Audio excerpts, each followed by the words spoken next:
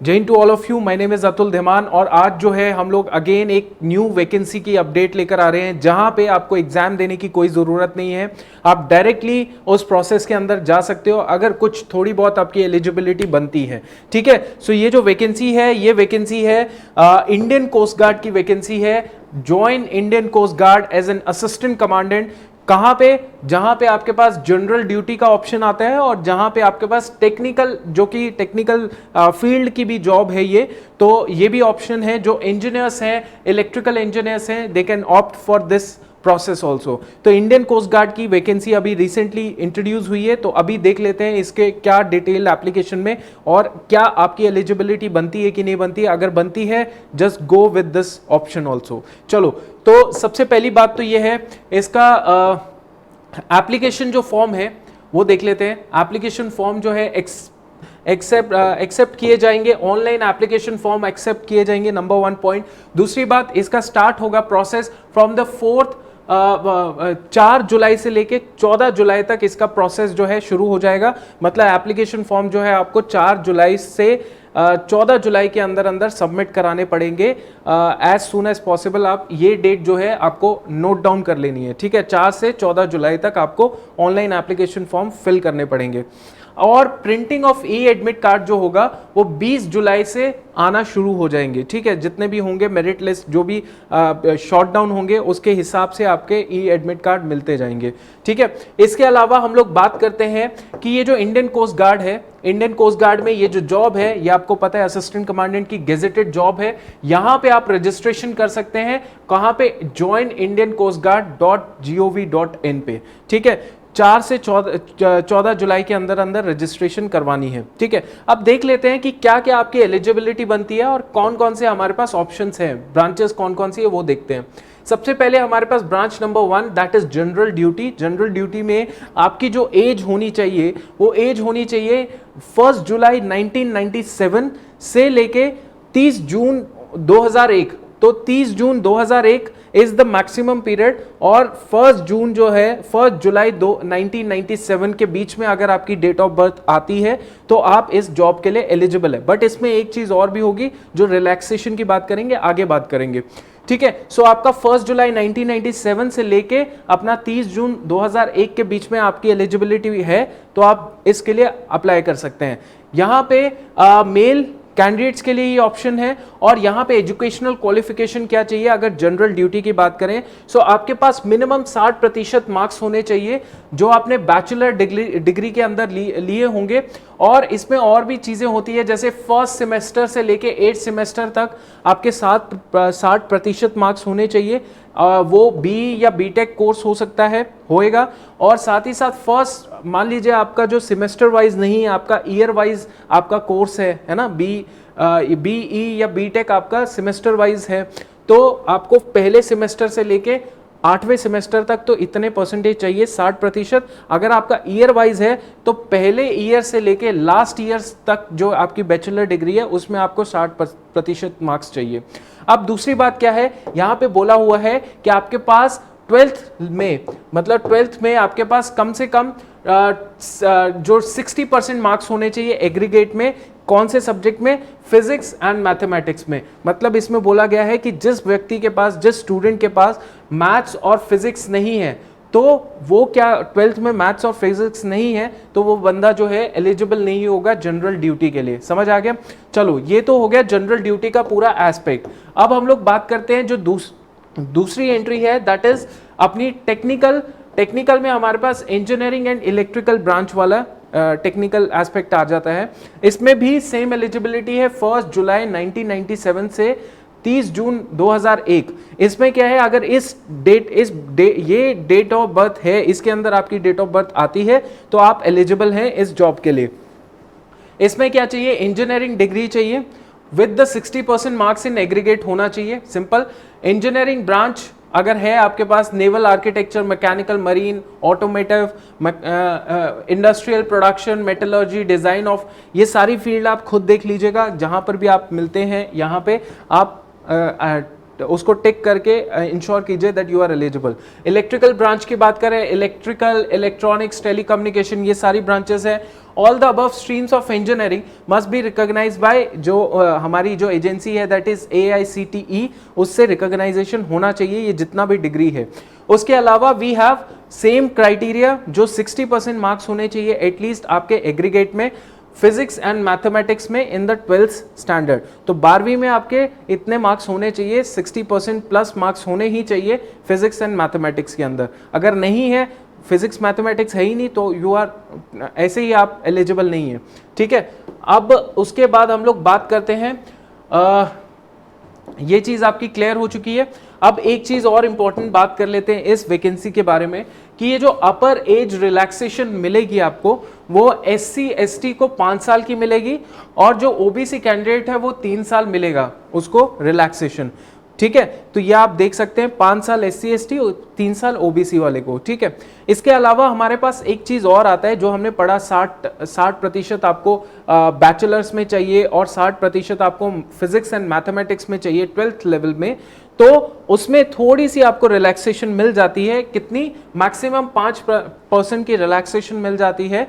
आप अगर degree certificate for the SC ST candidates के लिए, और कोई भी रिलैक्सेशन बट नहीं मिलेगी 12th क्लास के मार्क्स में। मतलब आपका जो 12th में 60% फिजिक्स के मैथमेटिक्स में होना चाहिए, उससे कम नहीं होगा, कोई रिलैक्सेशन नहीं मिलेगी। लेकिन जो आपकी डिग्री है उसमें आपको 60% में 5% मैक्सिमम रिलैक्सेशन मिल सकती है। किसको? SC ST कैंडिडेट को। अंडरस्टूड हो गया। उसके बाद जो इनकम सर्टिफिकेट है EWS वाले का, वो उस हिसाब से होना चाहिए जिस हिसाब से यहाँ पे पैटर्न बताया गया है।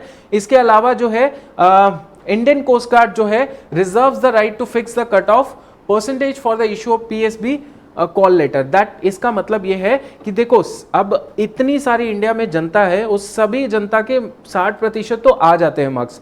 अब 60% पूरी जनता अप्लाई कर रही है, तो पूरे को तो केटर नहीं कर पाएगी।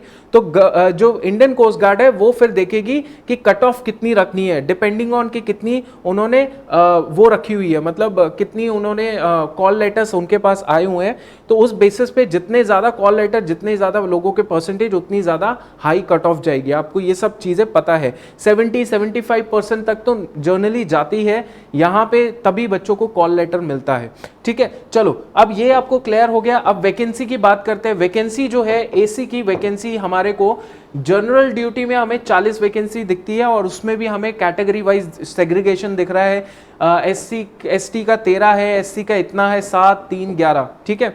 और टेक्निकल में इंजीनियरिंग इलेक्ट्रॉनिक्स में 10 हो गया, 2, 1, 4, 3, तो 10 और 40, 50 वैकेंसी आपके पास है। अब ये जो 50 वैकेंसीज के लिए आप अप्लाई कर रहे हैं, ये वैकेंसीज में आपको you don't need to give any exam, simple आपको जाना है एक प्रोसेस के अंदर, बट प्रोवाइडेड कि आपकी कट ऑफ वो क्लियर हो रही है कि नहीं। जैसे 60% एक बेंचमार्क है, लेकिन उससे पहले उससे ज्यादा बच्चों के मार्क्स होंगे, 70-80%, तो उसी हिसाब से कट ऑफ डिसाइड होगी, ठीक है। अब देखो, एडिशनल एलिजिबिलिटी की बात करें तो इसमें इतना कुछ खास है नहीं। अप्लाई कैसे करना है वो मैंने आपको बता दिया। ऑनलाइन आपने अप्लाई करना है, 4 जुलाई से शुरू हो जाएगा, 14 जुलाई मैक्सिमम टाइम पीरियड होगा अप्लाई करने के लिए। उसके बाद क्या है, ये सारी चीजें हैं जो आपको करनी पड़ेंगी, ठीक है। उसके बाद क्या है, ओके, नाउ ये सारे प्रोसेस है, बहुत सिंपल प्रोसेस होगा, आप जल्दी से जल्दी कर दीजिएगा अप्लाई, ठीक है। इसके अलावा हम लोग बात करते हैं, अच्छा आपने अप्लाई कर दिया, अप्लाई करने के बाद आपके 2 प्रोसेस होते हैं। एक प्रोसेस तो 3 है, सिलेक्शन प्रोसेस 3 है, देख लेते हैं। सिलेक्शन प्रोसेस में पहला स्टेज जो होता है that is shortlisting of application. Application आ गई, देखा गया कि कितने बच्चों के कितने परसेंटेज आ रहे हैं, उसके बाद मेरिट लिस्ट बनेगी, मतलब कट ऑफ डिसाइड हो जाएगी, और उसके बाद जो है शॉर्ट लिस्ट होके आपको बुला लिया जाएगा।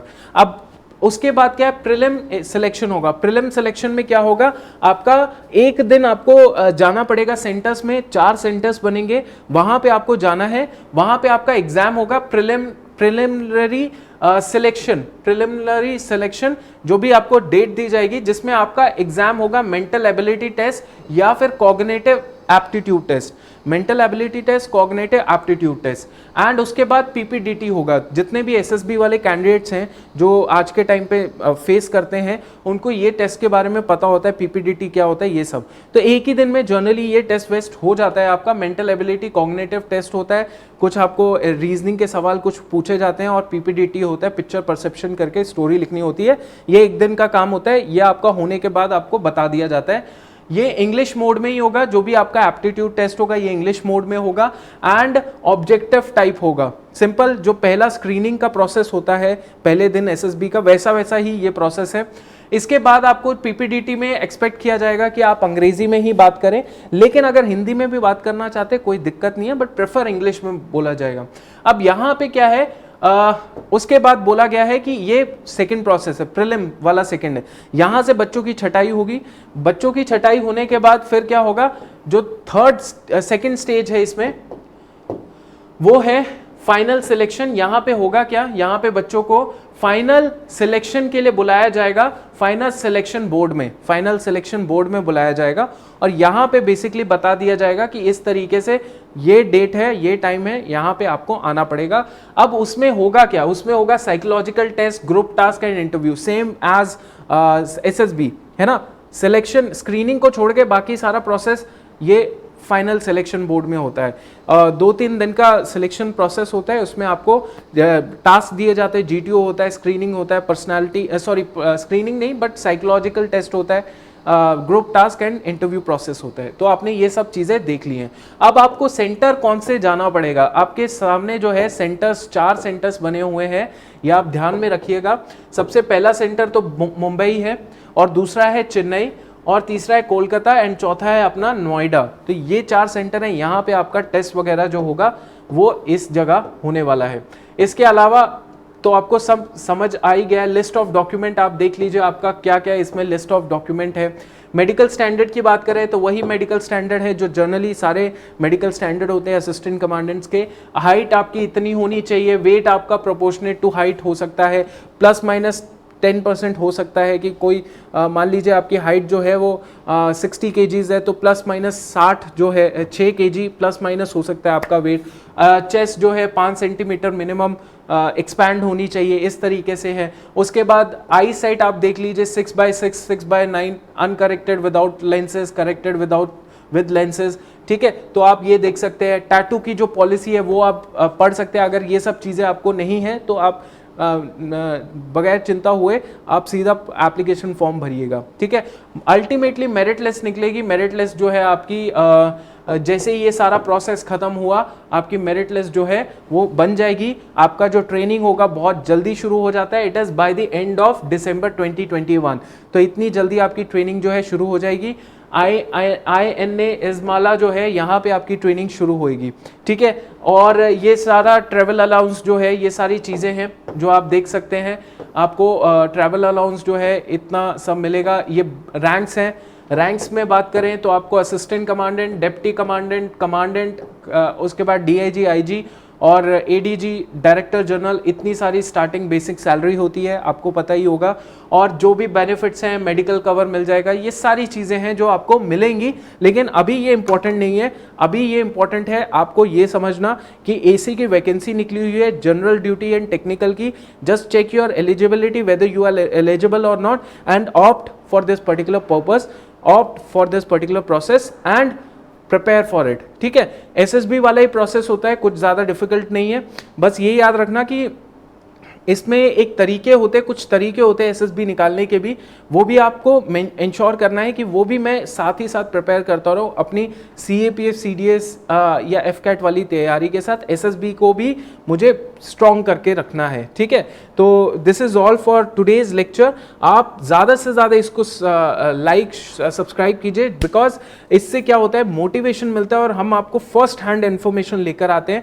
जो भी दिक्कत है, डाउट है, just do let me know, WhatsApp अस, जैसे भी है कनेक्ट रहिए, ताकि आपको सबसे ज़्यादा और सबसे पहली इन्फॉर्मेशन मिले और आप सबसे पहले एफर्ट लगाएं, इनिशिएटिव लें, ठीक है। सो चलिए, जय हिंद, थैंक यू।